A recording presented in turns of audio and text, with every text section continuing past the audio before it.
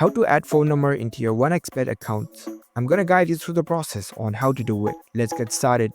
First of all, on your phone, launch the OneXBet app.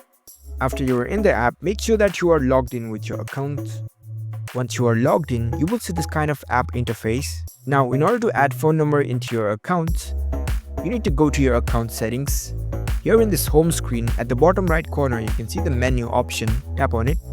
Once you're in this menu page, at the top left corner, you can see your profile icon. Tap on it. From here, you can edit your profile. If you want to add your phone number, you can see this phone number option over here. And in the right hand side, you can see the link option. Tap on it. Now you will be prompted to this page from where you can link your phone number. You need to select your country code, and in the right hand side, you can tap on it and enter your phone number. Make sure you enter the phone number precisely. After that, you can tap on this link button at the bottom. You can follow the process. Next up, you will receive the confirmation code in your given phone number. Tap on the send code option. You have to enter that confirmation code over here. After that, you can tap on this activate button at the bottom. So that's how you can easily add your phone number.